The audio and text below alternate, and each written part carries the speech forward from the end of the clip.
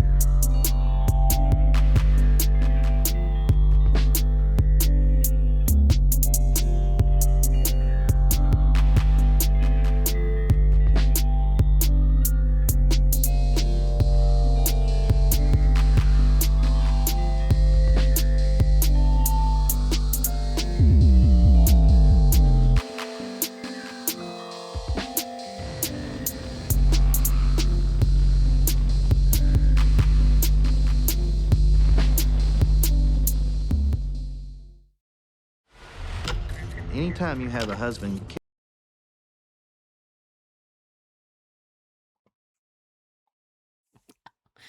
I love it when those ads sneak in there. Anytime you have a husband.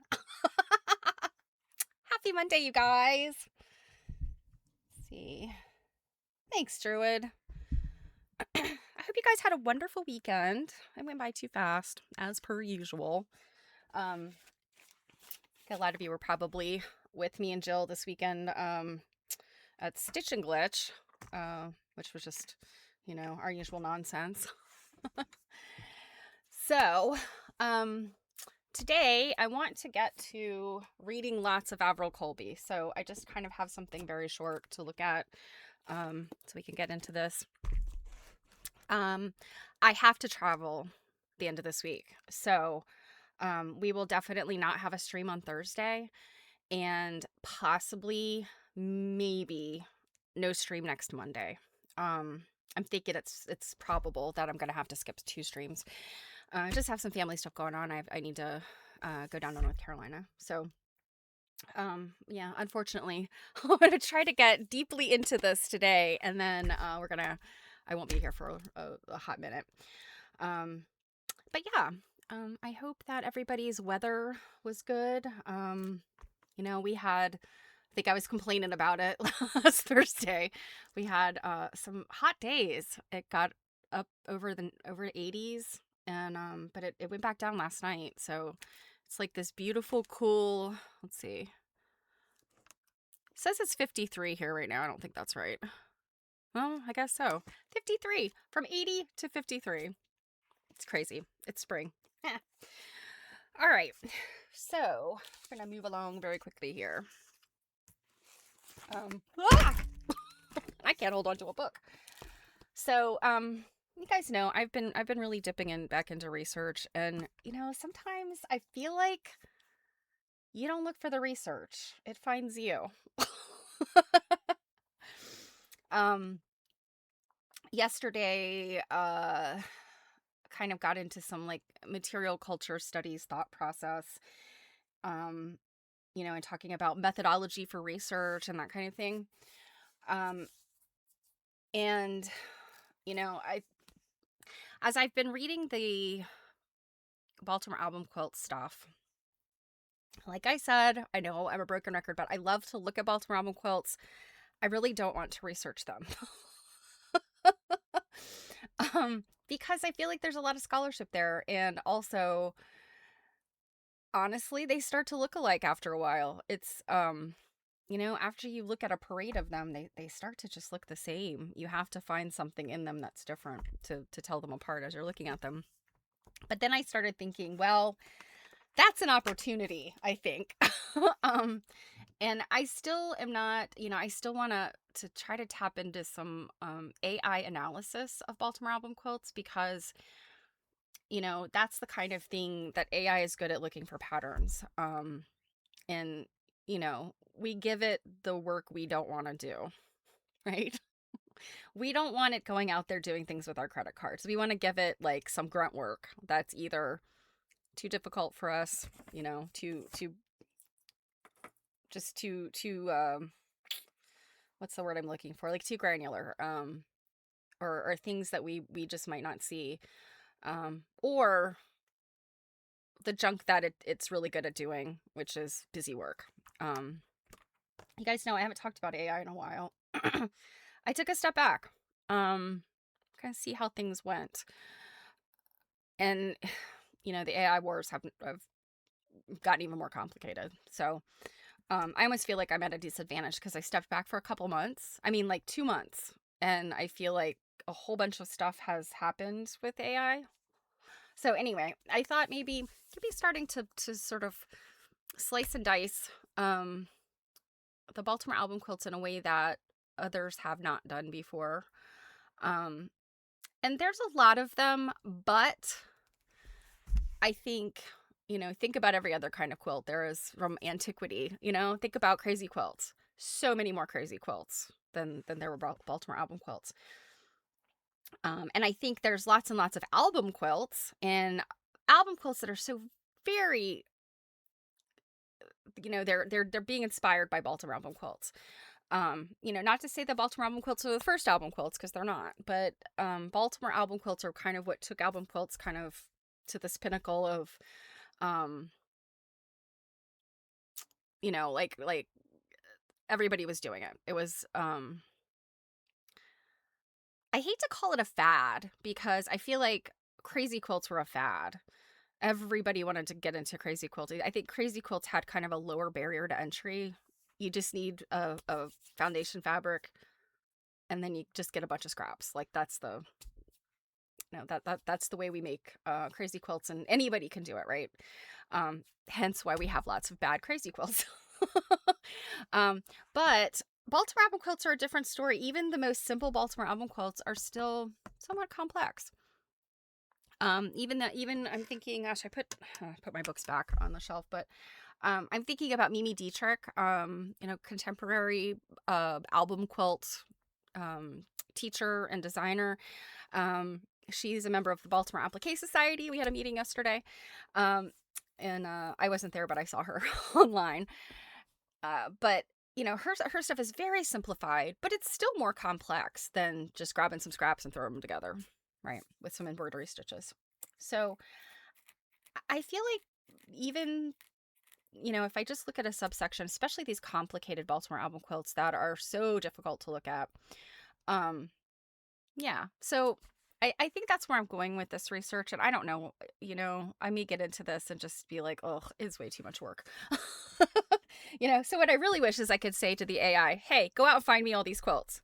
All right. Now catalog them and drag all this information out, extract information. Okay, now do this analysis. I have to do a lot of work before I can get it to do things like that. So we'll see. But that said, if you run across any Baltimore album quilts that you think, like I guess it's one of those things, see something, say something. Even if you think it's one I've seen, send it to me. You guys know where to find me. I'm, on Instagram, Facebook, the page, quilt nerding, quiltnerding@gmail.com.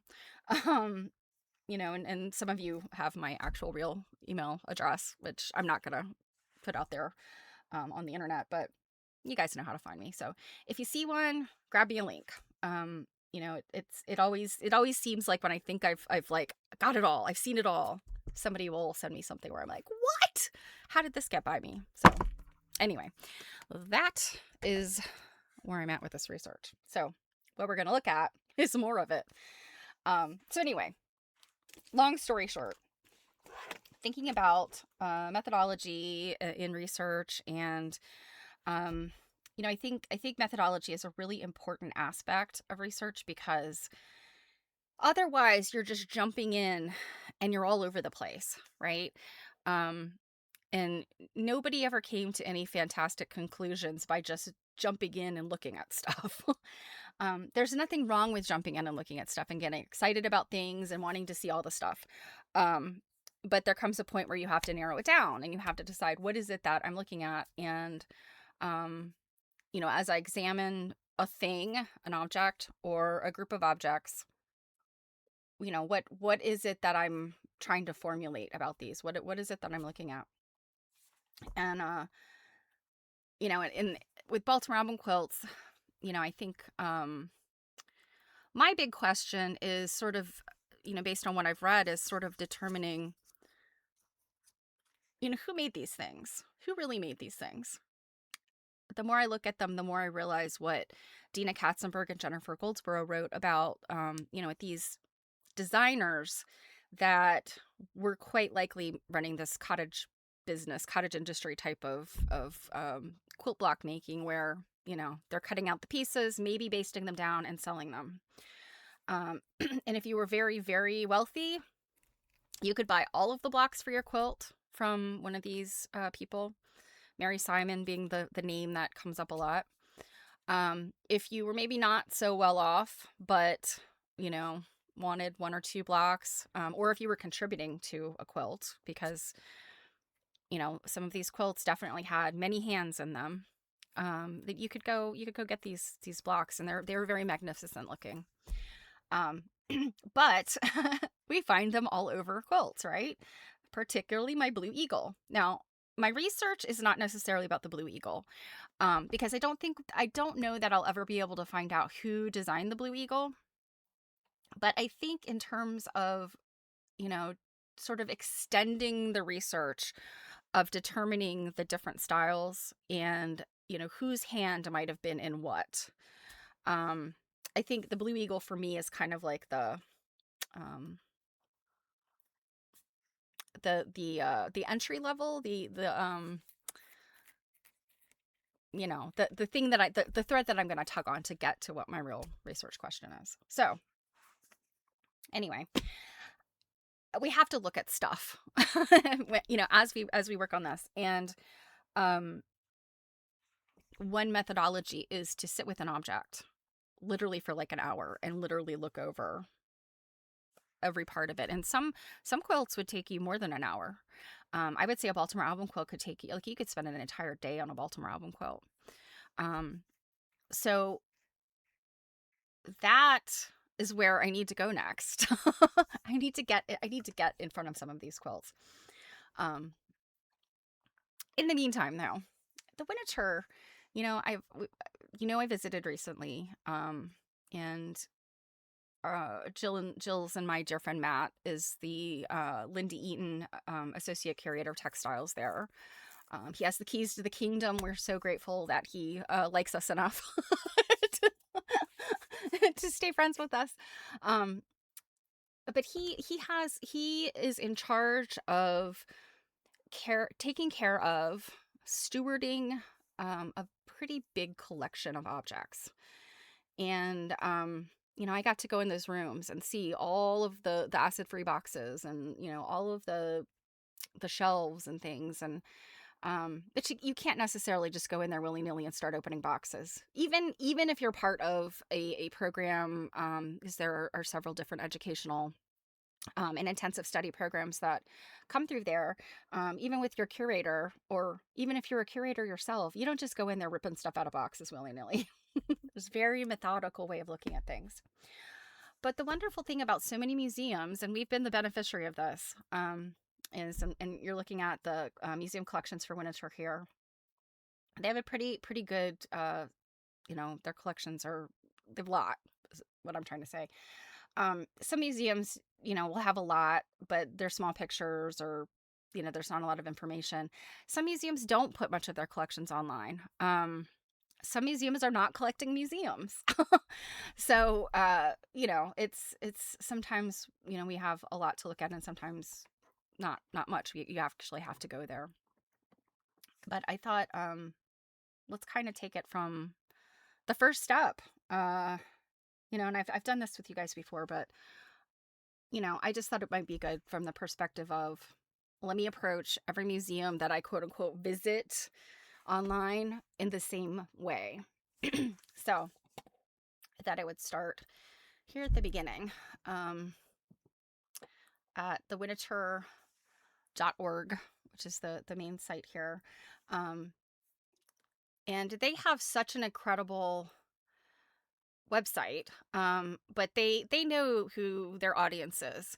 They are, they have all of this stuff here that, for family programming, and, people that just want to visit the museum.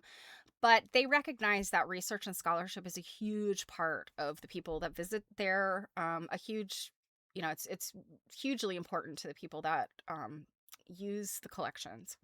So, let's see, digital research tools.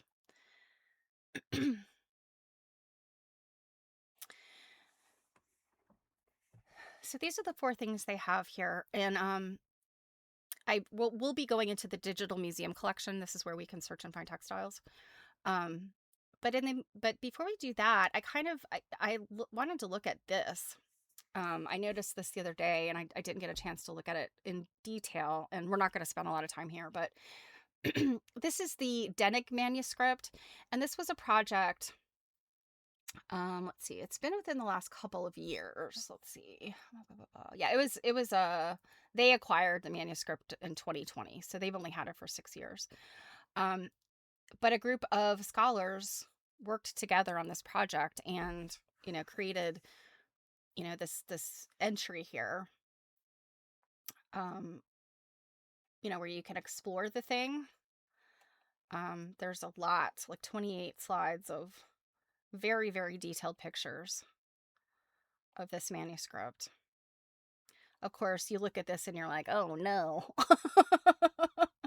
Obviously somebody who has, very good eyeballs and the ability to read this script. This is some really tough script to read.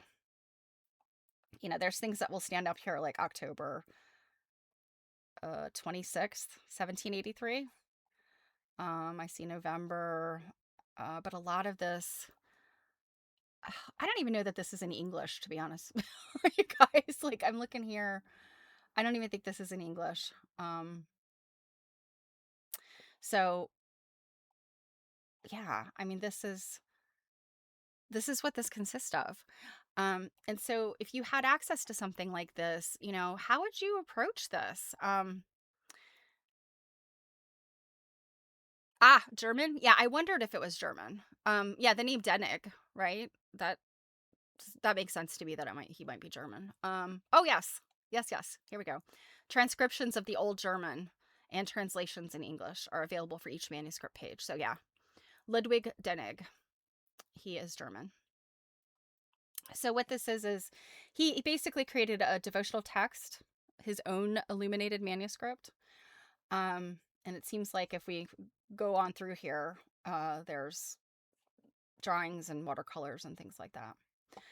So the point I wanted to make about this is, you can in research in the humanities, you can look at an object and look at all of the aspects of the object and how it fits in to what is its place in our world. um and this manuscript, it has no purpose necessarily in our world today other than informing us historically, because it's not an object that we ourselves would use. It was something created by this man. um I think probably objects that we just don't use anymore might be a even better example. Looking at, say, like a quill pen or something like that, or a dip pen. Those are, certainly people probably do use those, artists and things, but most people don't. You use a ballpoint. So looking at something like that, it's like, well, where does it fit in? It doesn't fit into our times, but what times does it fit into? Who might have used it? Why did they use it? How did they use it? And asking all of these questions. And sometimes these questions are very easy to answer because, from common knowledge or just from observing the object. Sometimes you have to do a tiny bit of research to educate yourself. And then more of those questions come into focus. And then ultimately you kind of distill it down to what it is you're going to study. So with this Denig manuscript, I don't know a whole lot about this project because I'm literally looking at it for the first time with you guys, but my assumption is they got it and a group got together to examine it. And so the first thing is, we're seeing it's in a different language. It's in German, and it appears to be an older form of German, of course, the 1700s, which is not the same as German today. So it not only has to be transcribed, because this man's handwriting is kooky, as was everybody's handwriting then. But then it has to be then translated from this formal, older version of German into today's languages. My guess is they probably went from the old German transcript to English, and there wasn't a step of just regular German in there. I kind of doubt that. Because I would think anybody that is studying these older forms of German, they would be able to do the translation directly into English. So, that's a very important skill. That's not something that all of us could do. Druid could. Druid would have a better chance of it than we would. But, that's like one step in looking at the material culture of an object. Now, once we have a transcript and a translation, then we can read it.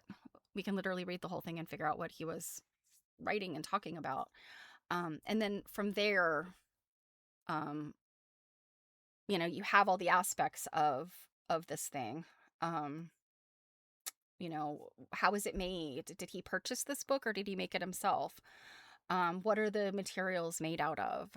What was he writing in it with? Did he carry it around with him all the time? Was this just like 1 year of his life, or did he keep this diary for a long time? Or not diary, but this manuscript. Was this manuscript for himself, or was it something that he was creating for somebody else? Was it somebody that he cared for, or was it something for like the for posterity, I guess. So these are all the things that you think about in material culture studies. So anyway, I thought this was just a really cool kind of example of this project in general. And, they did this research on the man himself.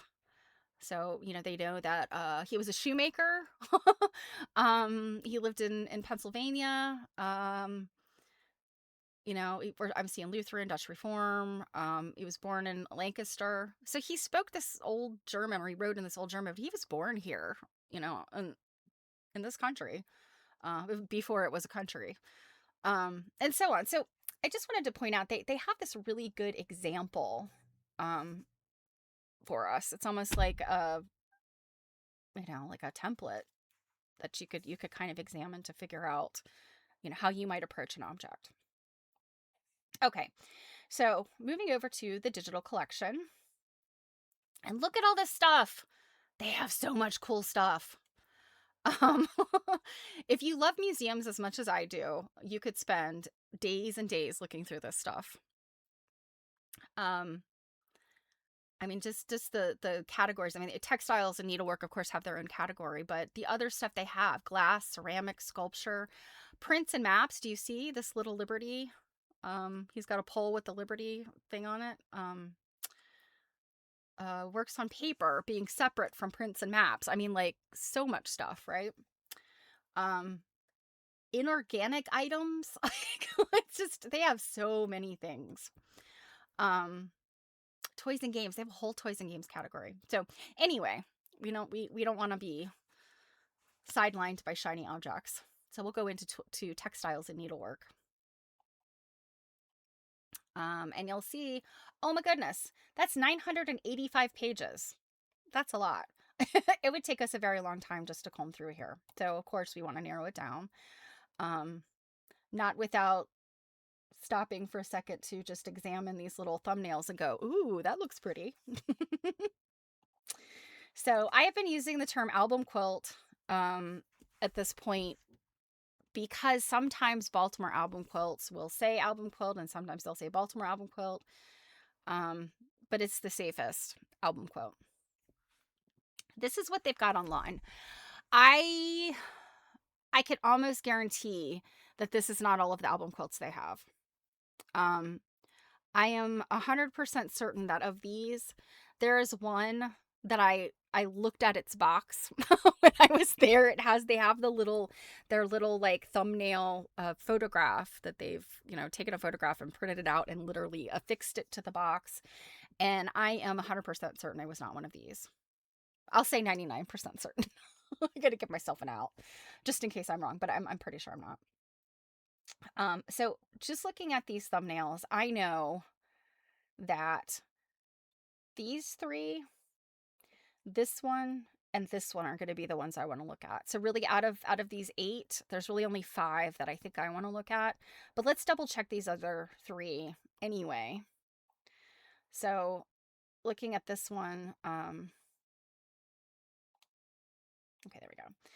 Yeah, this is I'm not sure why they're calling this an album quilt. Like, for instance, it looks like there's probably some quote unquote writing in the quilting. So, 1851 here, but that's not what I'm looking for. I'm looking for the Baltimore album quilts. This is something different. Although it was made in Maryland. So it's got that going for it. These two do look more pictorial, but they're not Baltimore album quilts. I can tell even looking at that thumbnail, it's not. And this is made in York, Pennsylvania. And the dates, 1850s. So this would be maybe a quilt that's hopping on the album quilt popularity. But it's later. It's like within a few years later than Baltimore album quilts.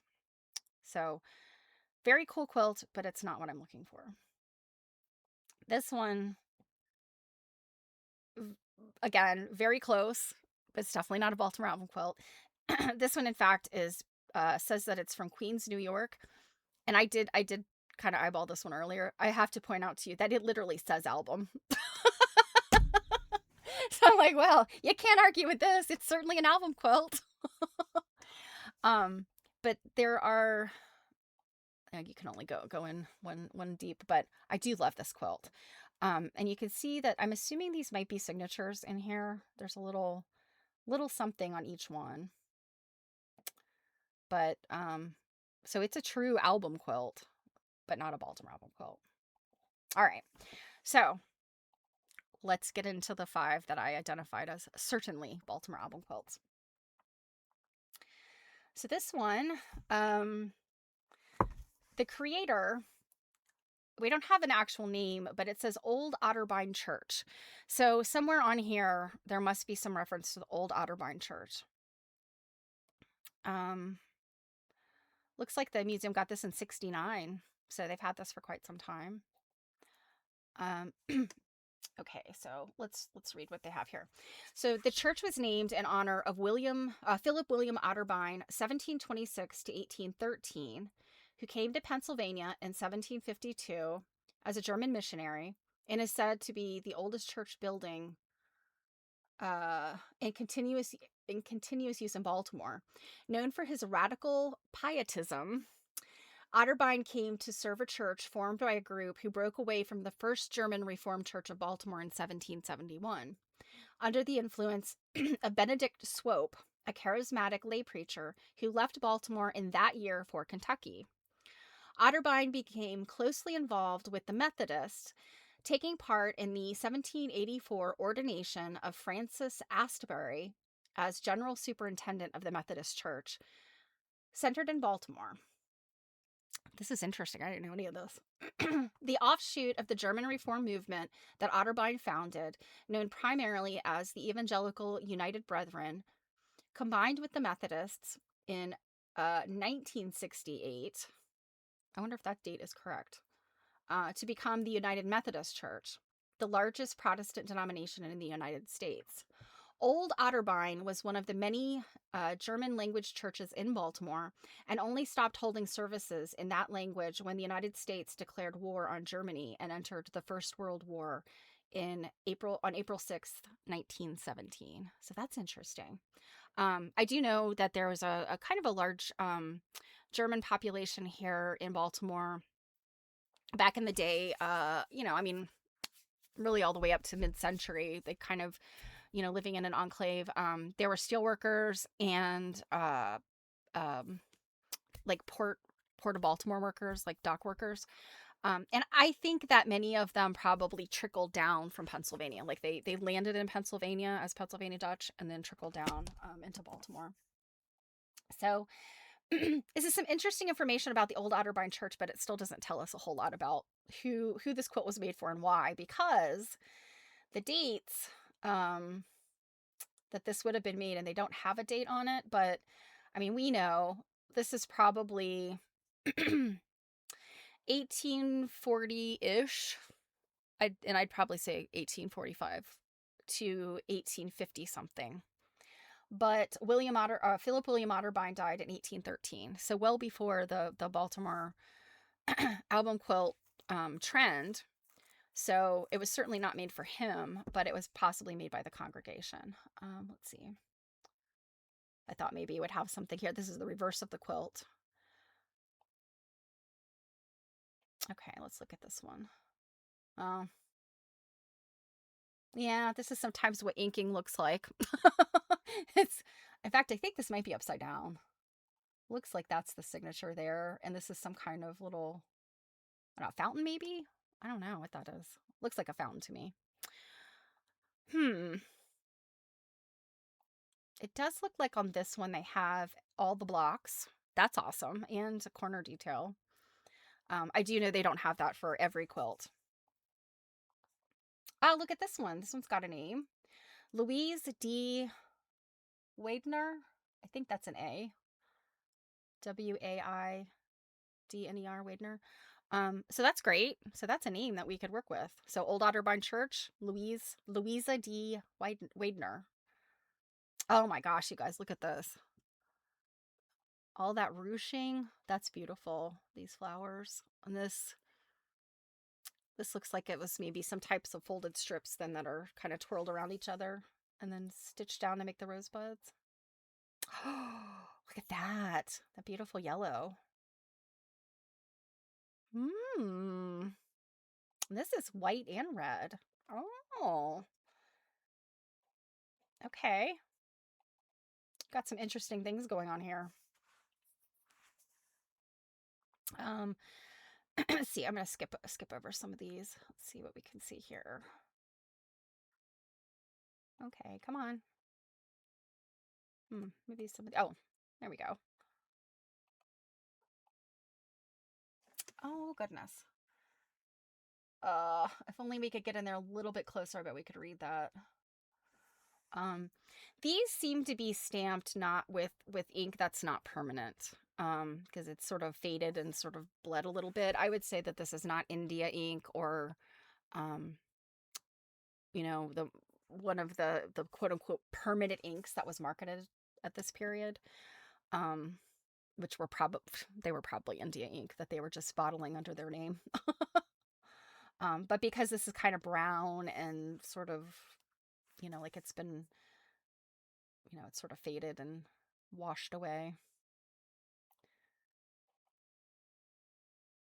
Okay. Oh, let's look at this basket.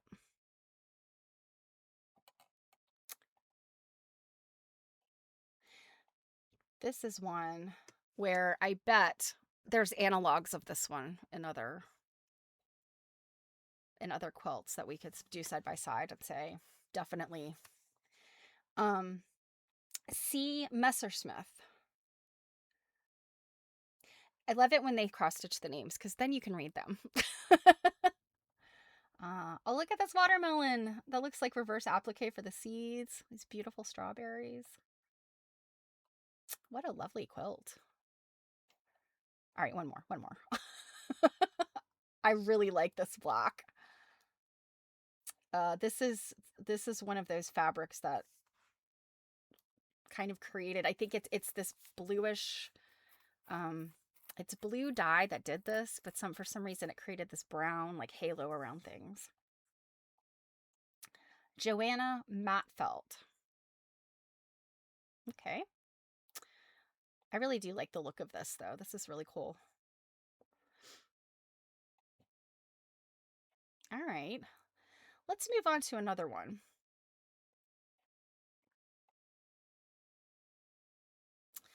So this one, I think we might have to knock this one out. When I said we were going to look at 5 and determine them to be Baltimore album. I do know of some Baltimore album quilts that have some of these, very similar types of imagery. I could think of one in particular that has these links like that. But this was made in Harrison, New York, 1857. So this would not be a Baltimore album quilt. As beautiful as it is and lovely and looks like it's got names and everything, doesn't work for our purposes. So we got to skip it. All right, this one. Okay, we've got dates, 1845 to 1855. There's no known maker. They got this one in 87.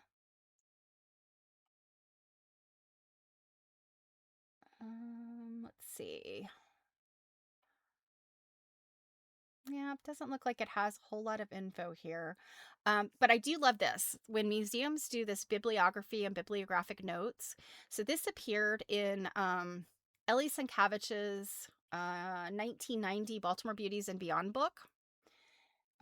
And Dina Katzenberg's Baltimore Album Quilts book. So I have seen this in those books because I have those books. So for me, even though there's not a whole lot of curatorial information or collection management information on this particular quilt, knowing that those 2 writers wrote about it in their books, I can go to the books now and see what each of them said about this particular quilt.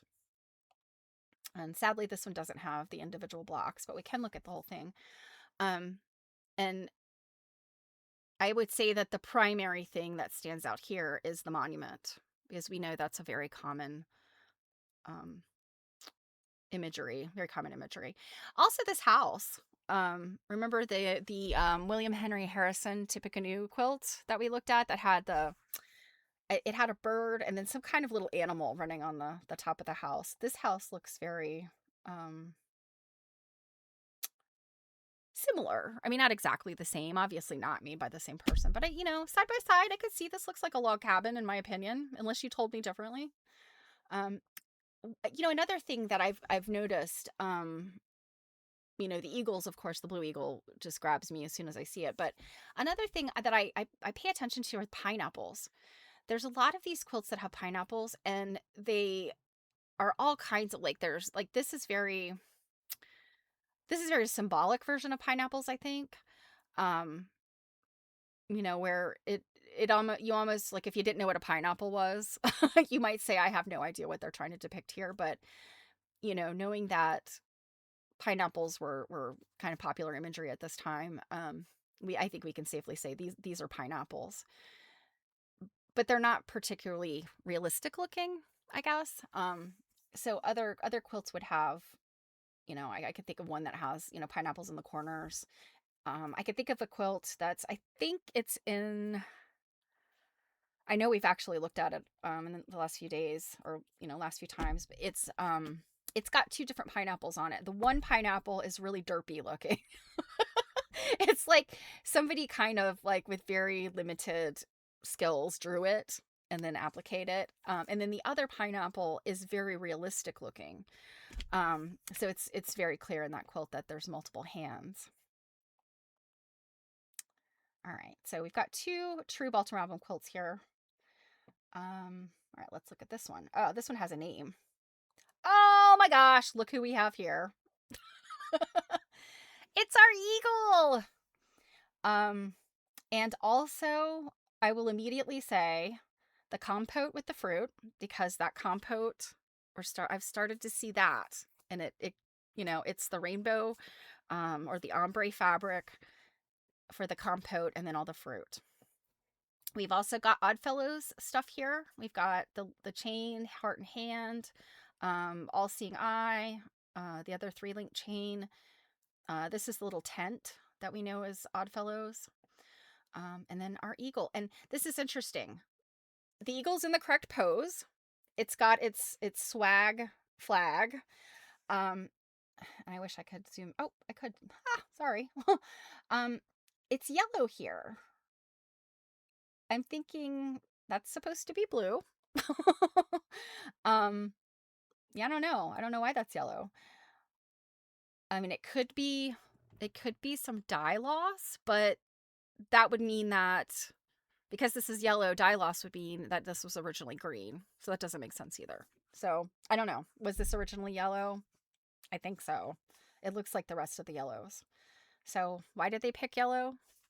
I don't know. Um, our eagle is not made out of that this fabric, the rainbow fabric. It does not have anything in its beak. It has these bells behind it. Does have the Liberty hat on the pole. So to me, this represents like yet another eagle and to me, this is like if I had to just concoct a story in my head, knowing that we've read, well, I may not have actually read it out loud here on the stream, but gets Hannah Trimble. I think it was her name. I think it was Hannah Trimble. It's her diary where she talks about, she and her mother going and visiting, and Mary Simon being the one where they could go by blocks. Well, it seems to me that if I had to, just sort of conjecture, looking at the other eagles that are made out of this fabric, we would assume that those were maybe being put together, cut out, whatever, assembled by somebody who had a bunch of this fabric. This one, on the other hand, seems to have been created by somebody who saw those eagles and created their own because it's a different fabric.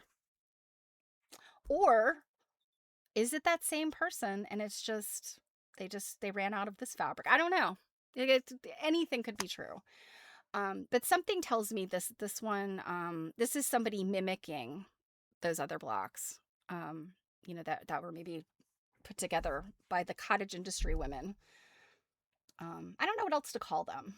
What would we call them besides the cottage industry ladies? Oh, look at this. This is interesting. It's like a coiled around sort of wreath. I haven't seen one like that. This is also interesting right here. Gosh, I wish I could get up close to this to see.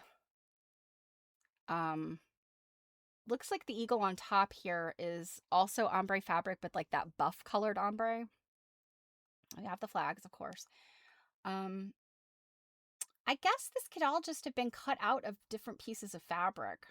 It's just really hard to tell. It looks like there could have been maybe some embroidery on there.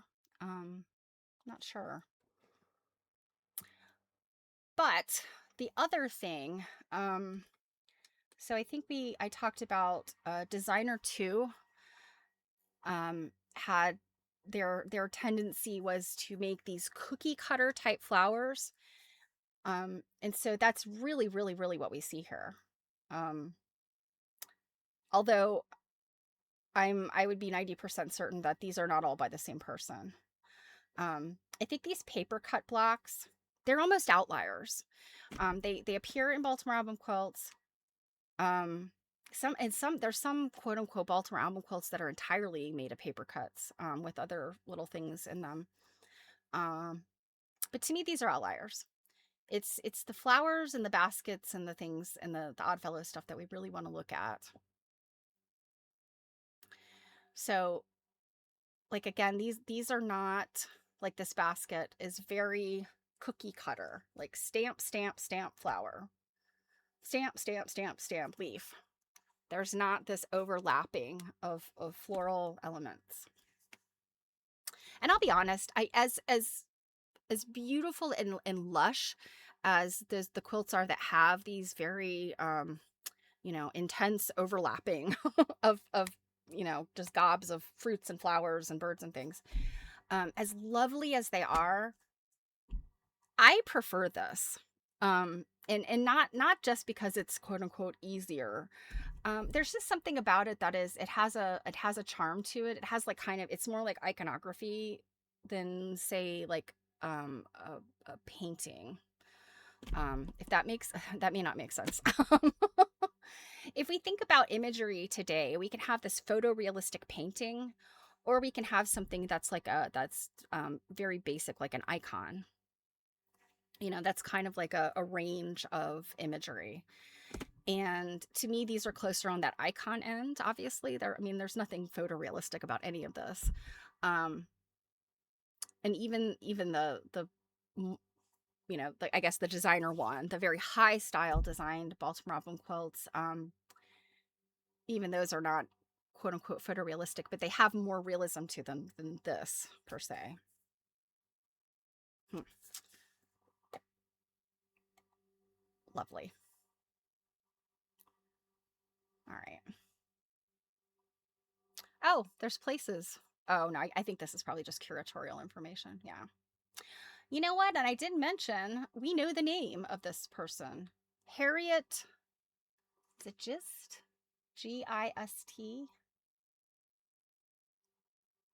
Interesting. Let's see. She was born in 1812. Dated quilt in the collection of the Maryland Historical Society with examples of identical fabrics is dated 1848. The Gist family moved from Baltimore to York, Pennsylvania. Okay, interesting. Okay, so this is a book, Nancy Davis, The Baltimore Album Quilt Tradition, Maryland Historical Society. I don't think I have that book. So, guess what we do here? Anytime I find a book reference that I'm not familiar with, oh, actually, you know what? I think I do have this book. um, I will go to Amazon or wherever, and I'll put it on my wish list so that I just have it somewhere where I can go back to and see it. But I actually do think I have this one. Oh yeah, this is the one. Durr. I should have recognized from the name. This is the Japanese exhibit. So yeah, I have this one. Actually, do I still have it here at my desk? No, I put it away. So I don't need to bookmark that one because I have it. Oops. Okay. Well, this one is of particular interest, of course, because of our eagle, but also because of all this imagery. I see similarities with other quilts. All right, let's look at this last one. And this one I think is, I peeked at this one earlier. We don't know who made this. This is a fairly recent acquisition, 2013. See, we knew who gave it. Yeah, they don't have a date either, but I mean, we can guess 1845 to 1850 something. And this one got such dense flowers, right? I mean, this is what I'm talking about when the flowers Well, I don't know. This one, they're a little cookie cutter here too, but they are overlapping more. It's not quite as cut out. Um,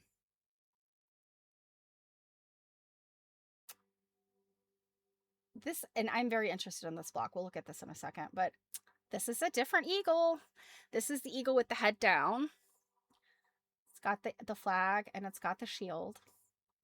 I don't know. I think these might be tassels up here. I feel like we might have looked at this quilt recently.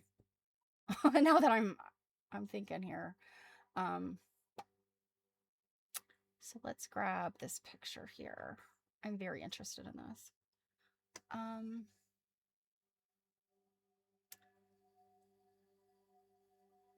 of for something for California. Right? No? What does that say? No, that's not California. Oh my gosh, guys, I don't know what that says. All right, gearing. Gehring.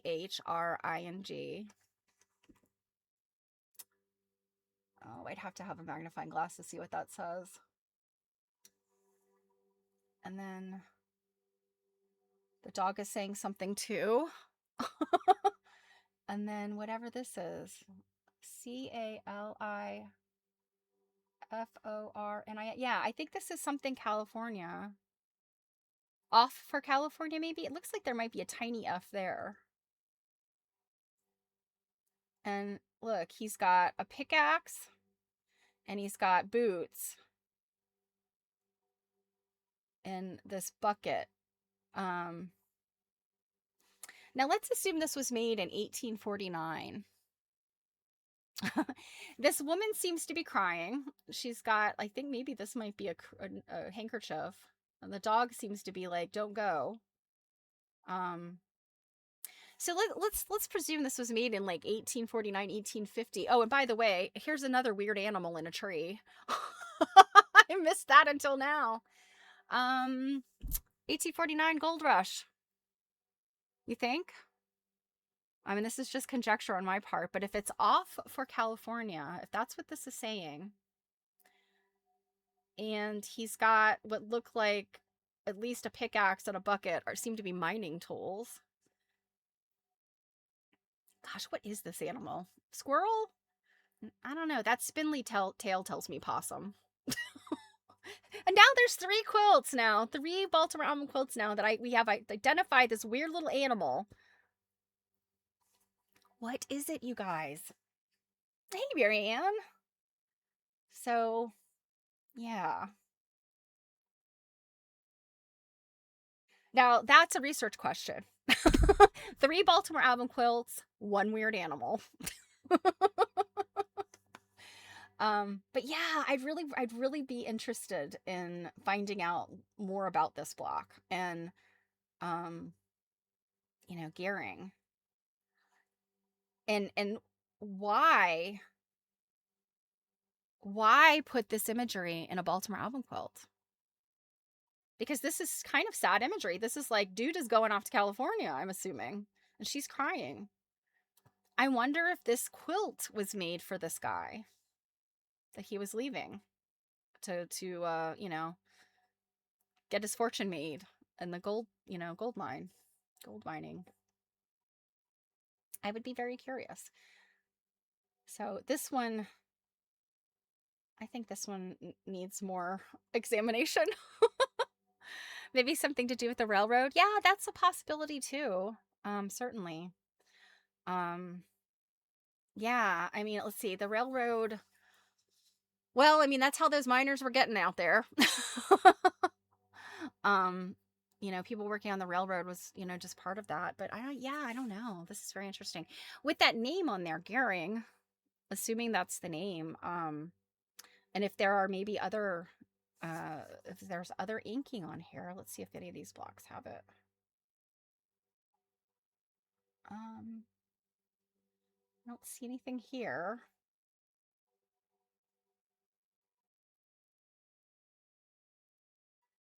Oh, this is pretty. Look at that moth. That's gorgeous. See, to me now, this one is kind of like a mixture of the styles.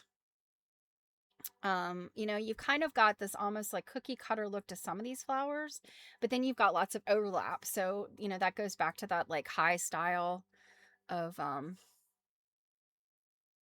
you know, the designer one. Um, and this literally lovely fabric, like however they've done this is really pretty. It looks like maybe they've pleated the fabric or something. Maybe drawn on it. That would be kind of cool, but I don't know. But yeah, this is really cool. That's a really cool moth or butterfly. All right, I'm obsessed with this quilt now. And then of course we have this guy with his, and what on the earth has he got in his cart? I don't know. Hmm. Yeah, there doesn't seem to be any other clues here other than gearing, and so I'd have to know what the man is saying and what the dog is saying. All right. So I think that that settles it. If I get to go back to Winterthur and if I can persuade Matt to pull something out for me, it's going to be this quilt. All right. Have you had enough Balsarabum quilts for one day?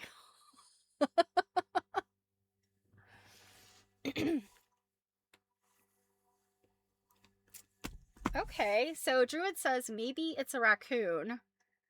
When you did a search, it says a raccoon, but where's the striped tail? That's the thing. I mean, there's at least one thing. I want to say it's the Samuel Williams quilt where multiple people say multiple things. Dr. Dutton said it looked like a bear.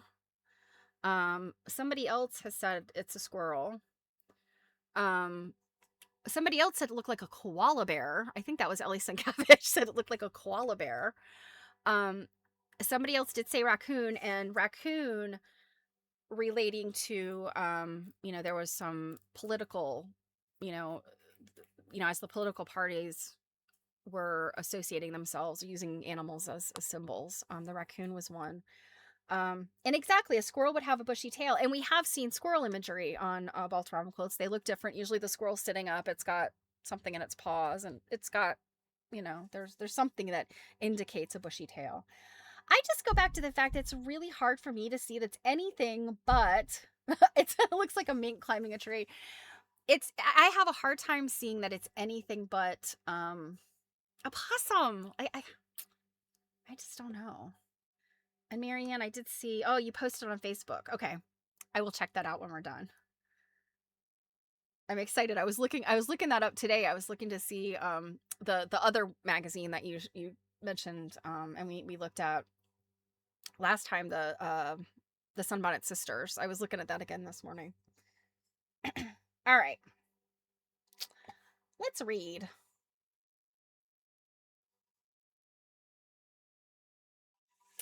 And by the way, what I didn't show you and what I didn't mention is the Winterthur Portfolio is a really incredible journal. I think they publish it 3 times a year, and it's published by the University of Chicago Press, I think. Then you can get there right from the Winterthur website.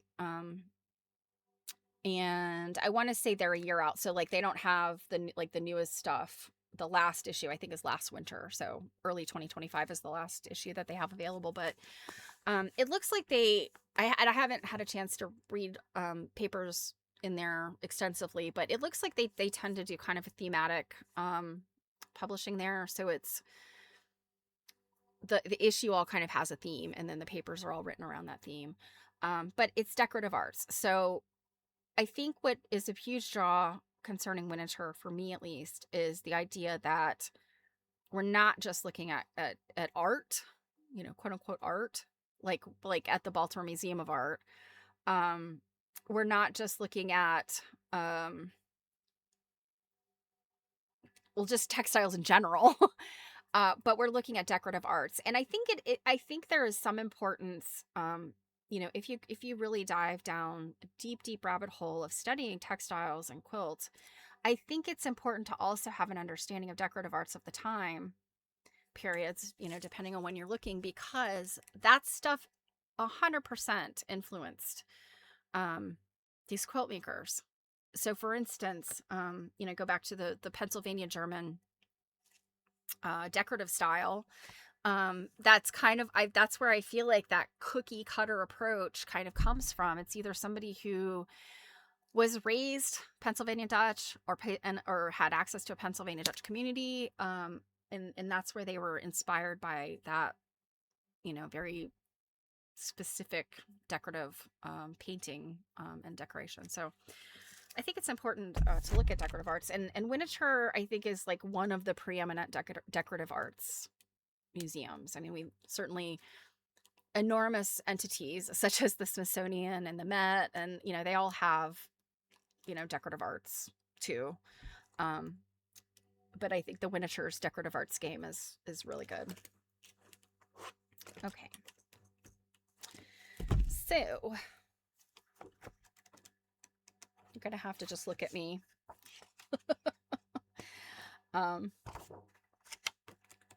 We are not gonna hit pictures for a little while. And I didn't transfer them from my phone because I got sidetracked, so I'm sorry.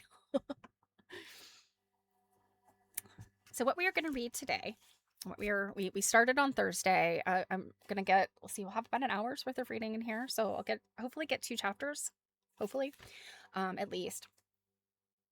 And then again, remember, I won't be here on Thursday and most likely next Monday. Let's put it this way. If I'm going to be here Monday, I'll post it. But otherwise, don't expect me next Monday. I think that will be the safest. If I am gonna be able to stream, I'll put it out on the website or Facebook, the Facebook page. Okay, so what we are reading is Patchwork by Avril Colby. She was a British quilt historian, quilt maker. She wrote a number of books, actually. My very first Avril Colby book was not this one, or Quilting, which we read year before last. I think it was late 2024 when we read that one. She's also wrote books. She wrote a book called Pincushions, and that was my very first Avril Colby book. And she was writing at a time when photography wasn't great. Everything's black and white in these books. But I think she's a really interesting character. And I think we thought quilting was a little bit boring, her book on quilting, because she spent so much time talking about quilted and padded armor.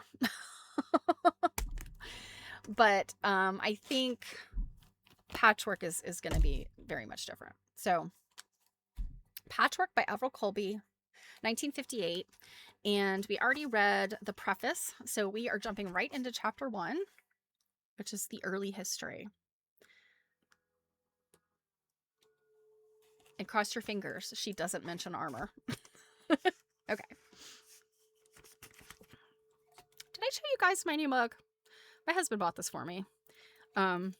He was buying one for himself. He has a bunch of these hydro flasks. And he one, I think it fell off he sat it on the roof of the car and it fell off. And it kind of like dented and cracked it. So he bought himself a new one and I got one too. So it's good. Okay. Chapter 1, the early history. Thrift and careful living are part and parcel of rural life, and it is in the cottages, farms, and country houses that the greater part of English patchwork is to be found, and where research is most rewarding. The country way of life sets the scene for work in which little account needs to be taken of time. For some, it has provided the opportunity for creative work and achievement. For others, the inevitable isolation has resulted in boredom and a longing for distraction and escape. But whatever the reason, needlework has always played a large part in the lives of country women. In the 13th century, English embroidery was known all over Europe, and traditional quilting in England has an unbroken history of which we do not know the beginning. Okay. It is out of these two well-known kinds of needlework that the mosaic and applied patchwork grew with which we are now so familiar, and which has added another charming chapter to English domestic crafts. The early history of patchwork is lost in time. There can be no doubt that it is as ancient as other kinds of needlework, which, because of their simplicity and economy, were obviously of peasant origin. The term patchwork has been associated in a general way with needlework in which fragments of cloth are used either as pieces in a mosaic, which are joined edge to edge by stitching, or else applied as a decoration to the surface of a background material. The mosaic type of patchwork, in its truest form, as it is used to construct the whole fabric. Written records are few and far between, but patchwork is a more ancient occupation that can be proved by any record. It must have come before writing. Really? Okay. The primitive necessity for repair would suggest the application of any available material to strengthen a worn place or to cover a hole. And if the worn fabric was part of a garment, pride in appearance would lead to the simple idea of making the patch appear as something decorative. Okay, this makes sense. She's talking about clothing. As a means of repair, it is not necessarily an unskilled operation, particularly on valuable fabrics. Economy, for one reason or another, has always provided the stimulus for patchwork. In the early applique, pieces of rich and rare woven fabrics were used because they were too precious to throw away. Embroidery silks were costly to buy, and fragments of valuable cloth were employed as a substitute for embroidery, so making a double economy. Valuable materials were also saved for mosaic patchwork, but the making of bed furnishings from partly worn clothing has flourished whenever materials have been cheap. If old garments could be replaced by new ones before they were too worn, and the pieces saved from them used to make a good quilt or coverlet, the whole transaction could be justified. It is reasonable to assume that applied work was the earliest kind of patchwork because of its use in repair as well as decoration, although this cannot be proved. So I want to make the point that, in case you don't remember from some of the previous British books that we've read, and really, I don't know that it's necessarily entirely British, but rather like an old way of looking at piecing versus applique. So patchwork in general is kind of sort of an overarching term for anything that's not whole cloth. So any kind of quilt or textile that's made up of bunches of other bunches of textiles would be considered patchwork. Piecing is when it is multiple pieces, like she's saying mosaic. And when it's a piece that's applied work, that's what she means by applique. So just to kind of clarify that. Probably the most ancient piece of applied work is that in the Bulak Museum in Cairo, dated about 980 BC. It is a ceremonial canopy made of dyed gazelle hide, cut in many of the different patterns used in the cartouches and symbols of Egypt. Some of them are still used in Egyptian applied work, although the material of the present day is cotton and the brightly colored designs include a characteristic use of black. So she could be referring to like the tent makers of Cairo, in clothing too. At this point in the 50s, may have been using applique as well. It's interesting that she mentions the Egyptians because I'm thinking if it was Marie Webster, I want to say she looked at Egyptian stuff too, but she doesn't. I don't remember her ever mentioning this one piece, this dyed gazelle hide. Very interesting. Okay. Decorative applied work, used as an economical substitute for embroidery, has flourished in many European and Asian countries. Often it was combined with embroidery stitches, which were used as a means of covering raw edges, as well as attaching the applied patterns to the background. Its value here is obvious, where strong color and a pattern with a clear outline were needed. Many excellent examples of ecclesiastical work, as well as house furnishings in applique, can be seen in private houses and museums in England and in other countries. Several historic pieces of early English applied work are shown in the country houses, which are open to the public, and perhaps the most exciting among them are the 16th century paneled wall hangings in Hardwick Hall in Derbyshire. or Derbyshire. A note on the materials used, taken from Mr. Kendrick's Book of Old Embroidery, says that there is a suspicion that some of the stuffs may have belonged to vestments no longer required for the service of the church. But it does not say whether the church was aware of this. Well, we're gonna sneak your vestments out of here, Father.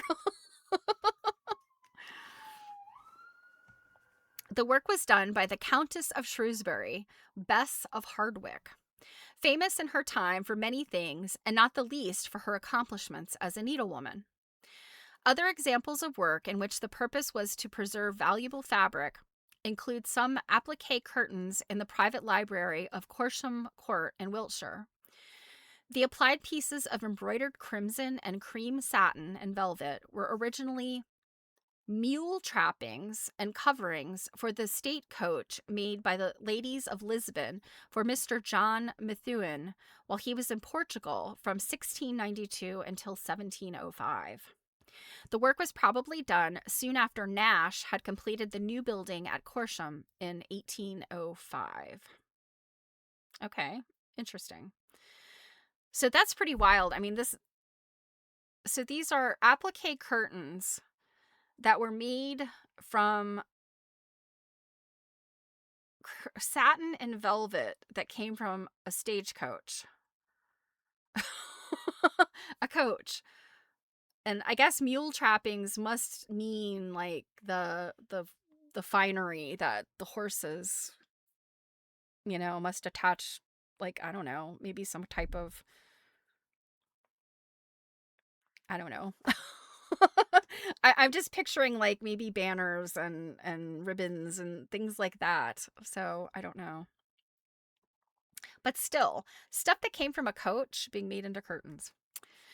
Applied work, as well as embroidery, was used in making banners and other heraldic devices in the Middle Ages, and it is a method which has continued to the present day. Some of the banners now made in the heraldic pattern differ very little from those carried in the Crusades. An interesting collection of simple heraldic banners was made in 1954, representing each of the counties in the Principality of Wales, and intended for display at the National Eisteddfod and other occasions. I don't know what this word is. It's EISTEDDFODAU.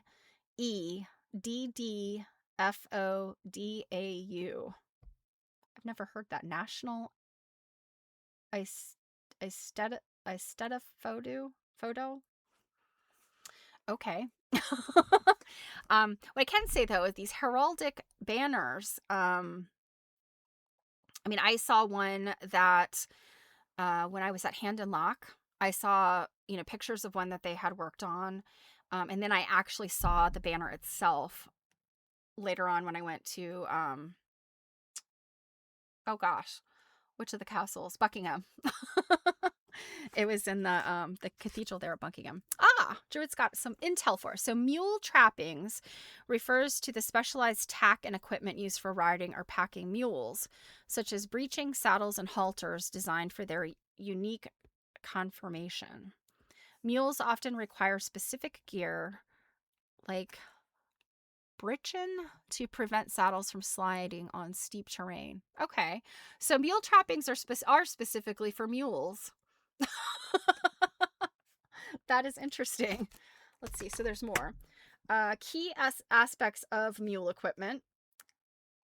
Mules require a breeching rather than a simple crupper to keep the saddle from sliding forward, especially in mountainous terrain. Rear cinch. A well-fitted rear cinch is essential for securing the saddle. Saddle fit. Because of their anatomy, a too fat mule may be difficult to saddle properly.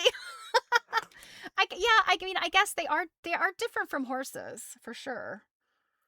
So proper catching involves using a halter that fits the animal's head, ensuring it is secure for leading. Yeah, mules are a combination of a horse and a donkey, right? They are the progeny of a horse and a donkey. And I guess if they are useful for mountainous terrain. Portugal is mountainous, isn't it? Parts of Portugal are. The Azores is. This is interesting. Mule trappings. Like, I've learned something new today. All right, Druid. Specialized gear is used for packing, including long saddle cloths to prevent saddle sores. Very interesting. I know my cousin has donkeys. I don't think they have mules. I think a mule can be bigger than a donkey, I think. But I do know that they cannot reproduce. So, see if you can find this other word. The National EISTEDDFODAU.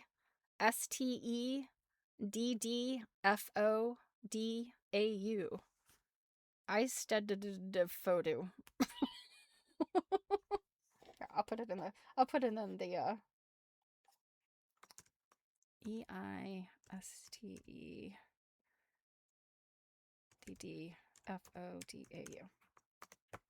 So, all right. Where did I leave off here? A method of doing applied work in which the patterns have the freehand character of surface applique, but are actually inlaid and so nearer to the mosaic patchwork is seen in some Italian and Persian work.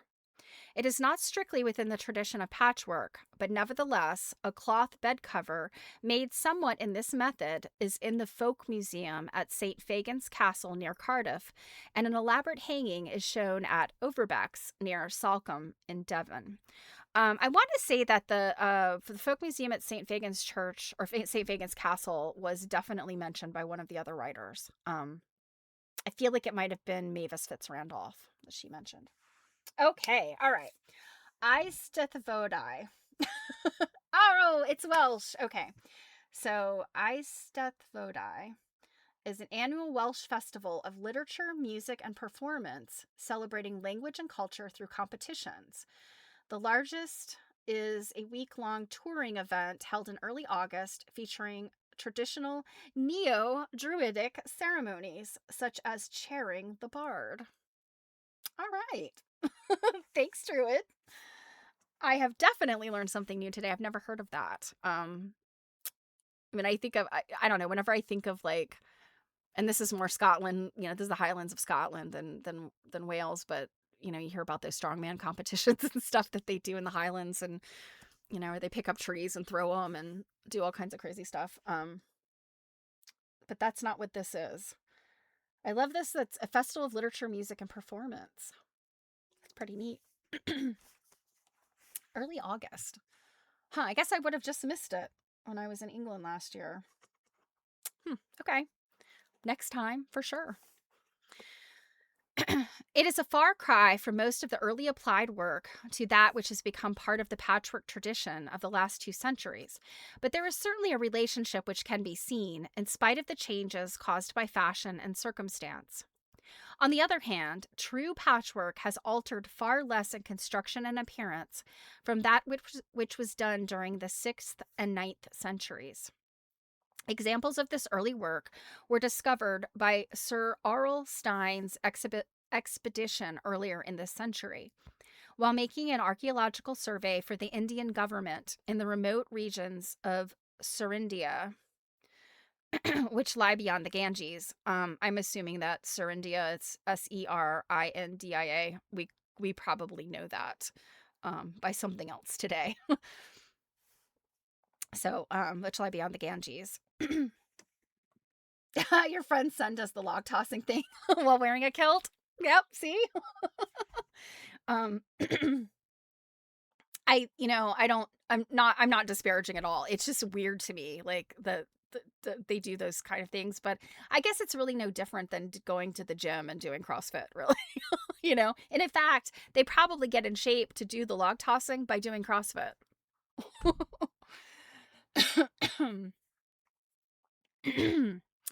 A walled-up chapel was found in the caves of the Thousand Buddhas, situated on the old trade route which ran from the silk-growing provinces of China into Central Asia and the West.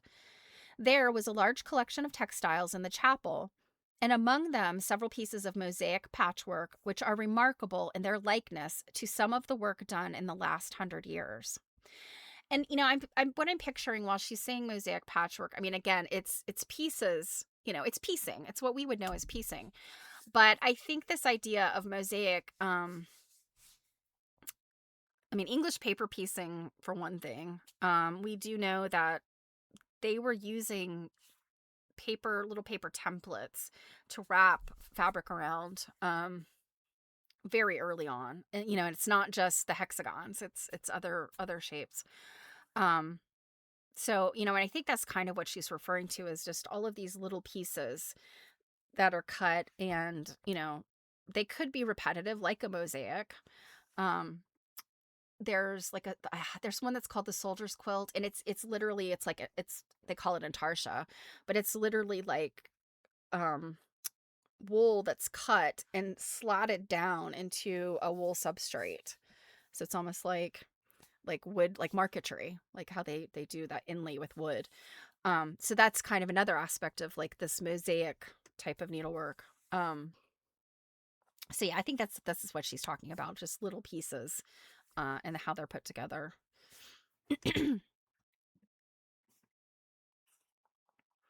One large piece, described as a votive hanging, is made up of rectangular pieces of many colored and figured silks, damasks, and embroideries. The pieces were probably votive offerings left at the shrine by travelers, many of them only rough fragments of silk, which in the case of the poorest people were torn from their clothing. Huh. Now, how many of the poorest people were wearing silk? I kind of question this. So unless we're in we're on the trade route and silk is the only thing they can get to wear, I struggle with the fact that they would have been wearing rough silk that they could rip off their clothing. I don't know about that. These are travelers though, so they could be coming from a region where silk is, someplace other than England. Other work found in the caves includes patchwork tops for banners and a small silk bag, possibly used to carry relics. The bag is made of patches and squares and triangles, which in shape and pattern are very like a Victorian bag made about 1890. In a description of this work, it is suggested that the maker was a man, presumably one of the priests at the shrine, who must also have made the hanging. The pattern is very simple, being in 3 rows of patches, the top and bottom rows of triangles in red and blue, and the middle row in squares of ivory and triangles of green silk. You know what this sounds like to me? This sounds like the Chinese patchwork that there was a show just at the Museum of Fine Art in Boston. Jill actually went to it, and I think we looked at it. It's been a few weeks back.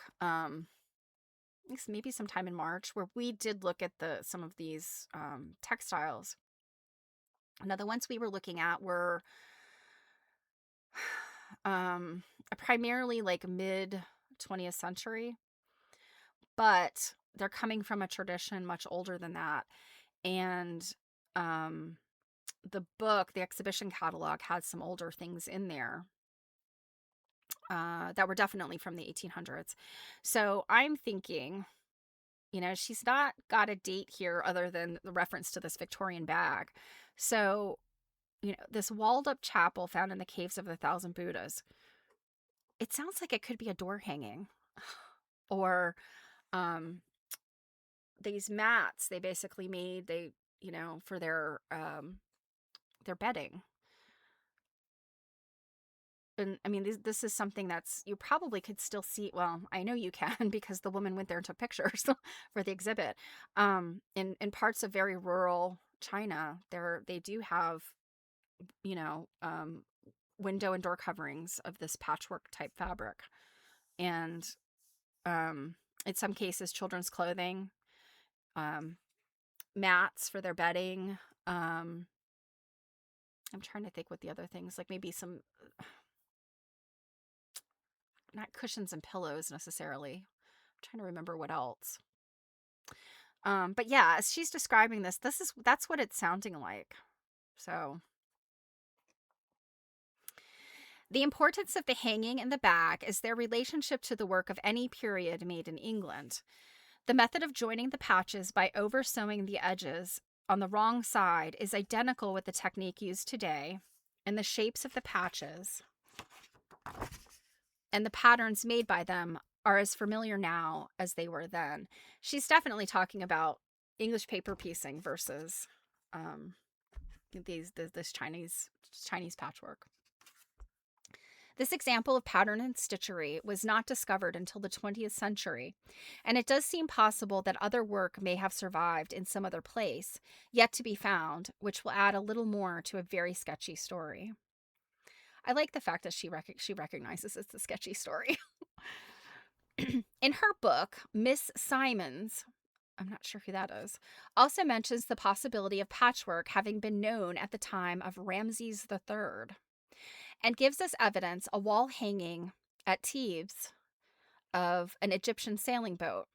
The sails appear to be made of squares of colored fabric joined in a check pattern, with other pieces arranged in strips forming a chevron pattern round the border. Okay, so I think when she says Miss Simons, I think she's referring to Needlework Through the Ages, is by Simons. I can't remember if I have that book or not. It's definitely an old book. The kind of like old V&A, old Victorian Albert type stuff. The first and only reference to an early patchwork bed cover occurs in a book of French poems, or lays, Lays, of the 12th or 13th century. The poem La Lay del Désiré tells the story of the immortal seeking the love of a mortal maid and being helped by the fairies and magic to win her. All goes well, and the lady is led to a leafy bower where, preparatory to the nuptials, the bed was prepared, of which the quilt was of a checkboard pattern of two sorts of silk cloth, well made and rich. This nearly literal translation from the period in which the lay was written leaves no doubt. I wonder. So I guess the term lay, Lay, I guess it's just means a poem or some type of like, I don't know. I mean, a poem, like an epic, I suppose. So, the period in which this was written, no doubt of the patchwork nature of the quilt. It may well be that the border was made of applique. The last line reads, in literal translation, around appears the new flower. No further mention is made in the lay, and after this solitary contribution to the early domestic tradition of patchwork, there is another gap in recorded reference for several hundred years. It is disappointing to find little early history of a social development of which there has been such a strong revival for more than 200 years. Early references, because they are so few and so widely scattered, appear to be slightly out of focus and unreal. Looking back at the discoveries of each orphaned object, one has a feeling that something more must appear. But so far, the long periods of separation remain until we come to the 18th and 19th centuries. When the scene shifts to England and the United States of America, it is much nearer to being within living memory. Okay, so Druid says the form originated from Old French, Lai. Okay, and that's the way this Lai, lay, I wonder, is it lay del Desiree? So influenced by Celtic storytelling traditions and was popular in French and German literature. Modern usage, later poets used lay to describe narrative poems, ballads, or songs generally. Okay, that's kind of what I was imagining. Narrative poems. So, okay. So like Beowulf, is that a lay? Anytime I think of like long, boring poems, I'm like, oh, Beowulf. I remember having to read Beowulf in the 8th grade and I thought I would die. It was terrible. Many books have been written in America on the patchwork made in that country. So many, in fact, that it is not necessary to do more than to note certain of the facts which have been given. It's kind of funny because I'll be honest, this is 1958. She's writing. Within less than 20 years, my mother started quilting and had a really hard time finding books about quilting. I'm thinking of the books written before 1958. I mean, it's really kind of just a handful. Thanks, Druid.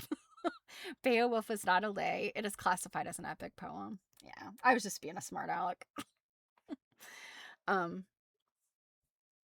yeah, I'm trying to think like if I know any like examples of narrative poems. I don't know if I do. Uh, I mean, Canterbury Tales, that's like yet even another thing I would imagine.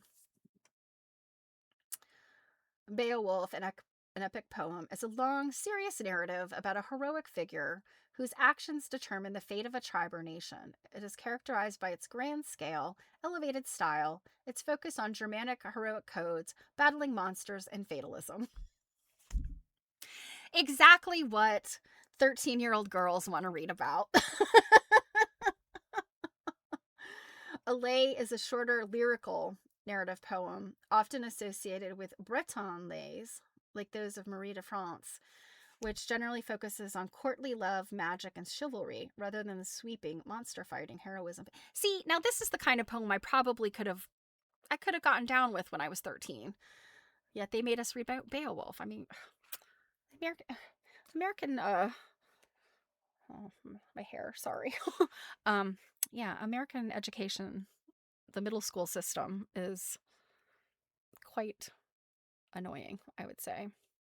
I'm trying to remember if my son had to read Beowulf. He's a boy.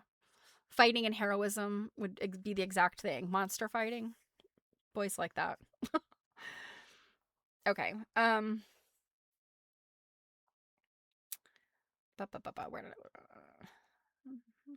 In the introduction to the booklet issued by the Newark Museum in New Jersey, Margaret E. White says about quilts. Their story begins with the first settlers of New England and New Amsterdam, for the introduction of patchwork into America is credited to the thrifty English and Dutch colonists. It is frequently taken for granted when writing of the 17th century quilting in America that the quilts were made of patchwork, but there is no evidence to support this. Exactly! Thank you, Avril. They were whole cloth quilts, whole cloth chintz, or just plain whole cloth. It is certain that the art of quilting was taken from England with the first colonists at that time, but no mention is made of patchwork in any recorded work. In her study of traditional quilting, Mrs. Fitzrandolph, Mavis Fitzrandolph, says the making of mosaic patchwork became so popular with the American colonists and their elaborate designs are so famous that American writers are apt to assume that the mention of a quilt implies pieced or applied work.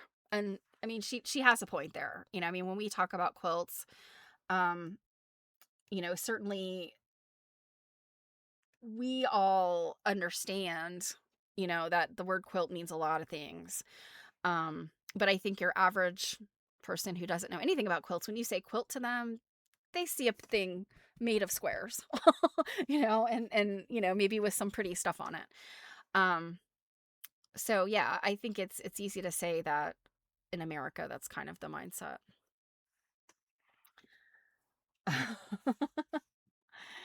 The association of the two words, patchwork and quilt, has become so familiar within the last 100 years or so that they have been generally accepted as inseparable. This is not so by any means. Much patchwork is unquilted, and plain quilts of uncut material have a tradition of their own, which is longer than that of patchwork in England or America. Yeah, they just think blanket. Exactly. Exactly. References to quilts are found on lists of household goods as early as 1692. But Mrs. Finley, Ruth Finley, gives the years between 1775 and 1800 as those during which the earliest surviving quilts were made.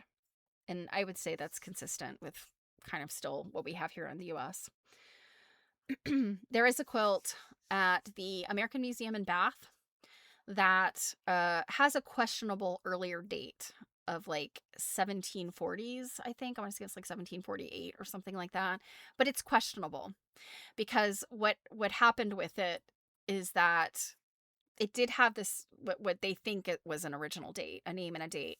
And the quilt is so old, the fabric deteriorated, the ink deteriorated, and somebody along the lines took it upon themselves to restore the quilt and the date, and they stitched, I think it's stitching, they stitched over it to make it say like 1748. And if that is true, if that's truly the date, it is like probably the oldest patchwork quilt that may have US origin, but it looks very English, like, in terms of being a medallion with the multiple borders. But the guess is that date is wrong, that whoever did this restoration, and I'm putting that finger quotes because it was not good restoration, they just thought that it looked like 17, and again, I can't remember the specific date, but I think it's 1740 something. So anyway, we're still like Revolutionary period and later is what we're working with. Mrs. Hall, Carrie Hall, another American writer on the subject, illustrates in her book a quilt in the feather star pattern, which was made in 1771. The Americans set great store by their tradition of patchwork, and justifiably so. Certain more attention and importance is given to patchwork quilts and coverlets there nowadays than in any other country, except perhaps Canada. A characteristic of the American background to the work in its earliest days was the quilting bee, a party which was given when the patchwork was done, and friends and neighbors were invited to take part in the final work, when the quilt was put into a frame and the quilting patterns stitched. A dower chest was not considered complete without a baker's dozen of quilts. The first 12 were made from the time a girl could sew well enough. The 13th was the bridal or marriage quilt, and at the party called for the quilting of it, the betrothal was announced. I think this whole paragraph is a lot of not old wives' tales, because I think there certainly is there's truth in these statements about quilting bees, being a big party, um, and the dower or the trousseau. But by and large, there's 12 quilts, and then the 13th being the bridal quilt. Not everybody did that. Not every woman or girl could afford that. I think your average, what we would consider like middle class, so like probably the merchant class, here in the US, these women were, girls. They were probably quilting as many things as they could, and they also had other household linens and clothing to worry about. So this idea of 12 quilts and then the baker's dozen, I'm not saying it didn't happen, but I don't think it was as common, for these 12 quilts and then the 13th. Like, it's very prescribed sounding, and we read it everywhere. But I don't think that it was as like, not every woman was doing this. A typical American way of making a quilt is that in which the work is made up in sections or blocks. To simplify the sewing, and so many of the American patterns are exactly identical, with a number which are traditional in the northern counties of England, that it is reasonable to think that the original patterns first went out from Durham, Cumberland, Northumberland, and Westmoreland. And you know what? With those names, Durham, Cumberland, Westmoreland, and Northumberland, not so much, but Durham, Cumberland, and Westmoreland are all places in the U.S. as well. Obviously Durham, North Carolina. Cumberland, there's a Cumberland in multiple places. Westmoreland, there's Westmoreland in Virginia, and I would think that Westmoreland appears in other places too. So definitely, she's right. you know, um, these folks were coming from this specific area in England, and they were coming here, and if they landed, in the mid-Atlantic, they certainly brought their traditions, and those traditions stayed, and then, went west with later generations. So you would assume that the people that came that named the areas here in the US those names would have had those quilts with them. That's what the point I'm trying to make here. It is impossible to illustrate all of them, but some which are alike on both sides of the Atlantic are shown. And she gives some page numbers, and we'll get to those. Some of the earlier quilts at the beginning of the 19th century contain English textiles, which are of the same designs as the chintzes used in patchwork made in this country at the same time. The early block and applied work patterns have maintained an unbroken popularity in America, but the economical scrap or crazy work and the all-over mosaic designs never seem to have held the same place in the affections of the workers. The importance given to the names of patchwork patterns is another characteristic of American work. The same pattern may be given many different names, according to the locality in which it is made, and a number of others recall popular political figures or great national events. Oh boy, we have seen this over and over and over, right? Mrs. Finley devotes a chapter of her book to what she describes as the migration of patterns, and another to the origin of quilt names. One pattern which took its name from the small bean of a plant known as Job's tears became the slave chain 22 years later, and in another 20 years, during the annexation of Texas, it had become Texas tears. After the Civil War, when civilization spread to the west, the same pattern became known as the Rocky Road to Kansas and Kansas Troubles. And by 1880, it appeared as the Endless Chain, a not inappropriate name for a pattern which had survived for so many years. Another pattern has collected the following names: Indian Trail, Forest Path, Winding Walk, Rambling Road, Climbing Rose, Old Maid's Ramble, Storm at Sea, Flying Dutchman, North Wind, Weather Vane, Tangled Terrors, Prickly Pear, and Irish Puzzle. And I'm trying to think what that one is. It might be the one. She's mentioning Storm at Sea. It might be the one that's got. No, that's a different one. I know all of these names, and I cannot think of what the block looks like that these are attributed to. No doubt many of the patchwork patterns, as well as the quilting ones, traveled back across the Atlantic to the country of their origin with the addition of local and topical variations in name and design, and also new patterns which had grown out of the old. A needlework pattern is often a family heirloom, and many such must have made the journeys across the sea. The origins of patchwork in Canada lie in the origins of its people, the British Isles and France, and after the American War of Independence, the United States of America. There was a wave of settlers from America at the end of the 18th and the beginning of the 19th centuries who left their homes in the States as they wished to remain under British rule, and they took their crafts with them. Many of the designs of patchwork made in Canada are common to both to both England and America, and have gone to Canada from either. Certainly, nothing has gone to either of them from Canada. A type of patchwork which has grown up in Ontario is one made of scraps of hand-spun, home-dyed, and hand-woven checked and striped woolens. They are very utilitarian and very simple in arrangements of blocks of cloth, but are decorative in coloring. Designs which are popular in Canadian patchwork and those which are most typical are very much the same as the ones which are common to English and American work. There is no longer the original need for quilts to be handmade, but the tradition is still a living one on the other side of the Atlantic.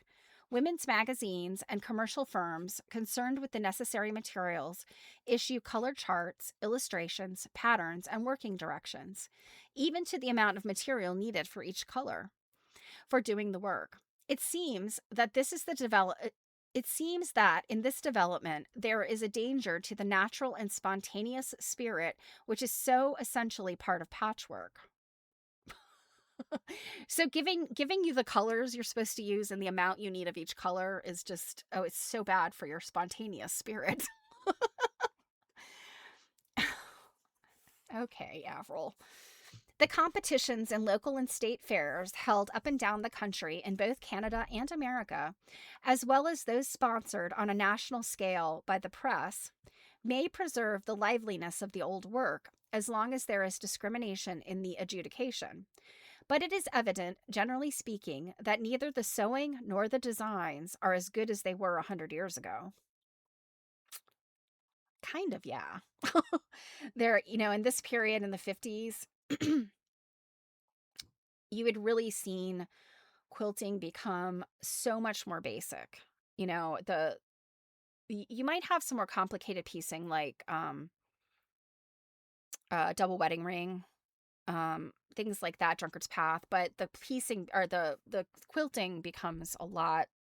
It might just be like stitch in the ditch, or um the stitch where you come in like a half an inch or a quarter of an inch inside a shape. um that's the kind of quilting they were doing at this point in time. They were not doing the beautiful, flowers and wreaths and all that stuff at this point in time in the US. Quilting was really not popular in like the 40s and 50s because of the war, and just because, I'm really the baby boom, and um the I don't want to say wealth, but the prosperity of the 50s. People wanted to buy stuff and they didn't want to make things. So,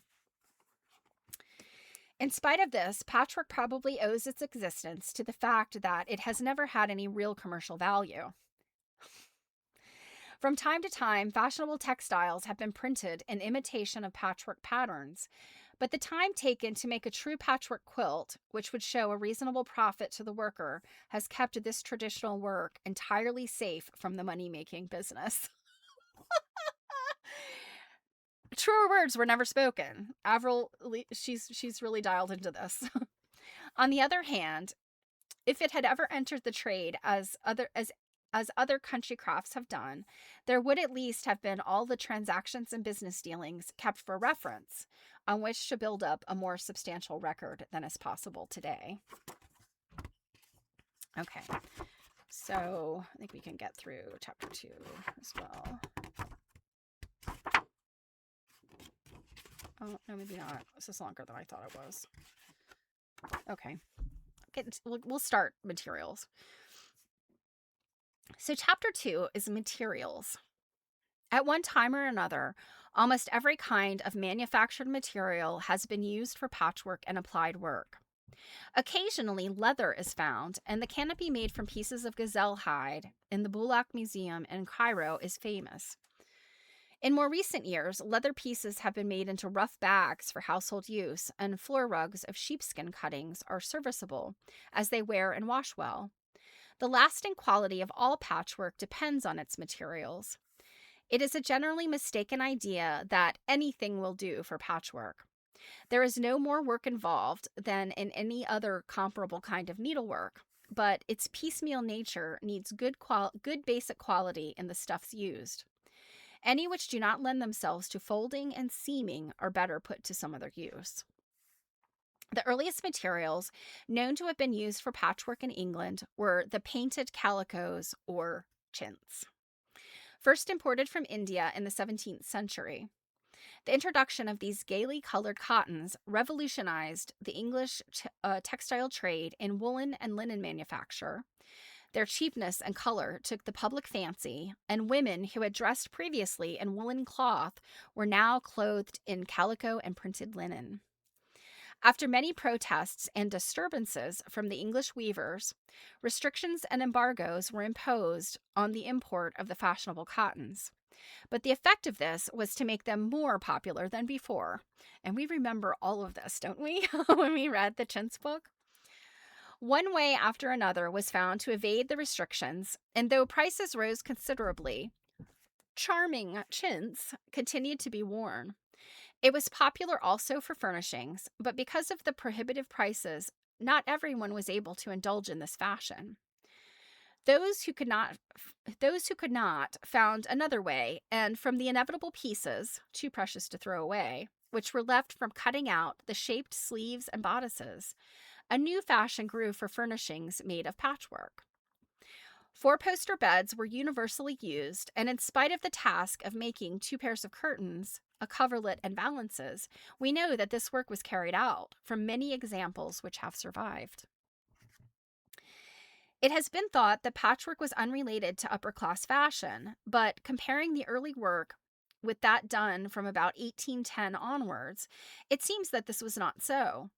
The introduction of patchwork to village life in the 18th century came, probably, through the village dressmaker who went to the big house to work, or through the village girl who was in service there.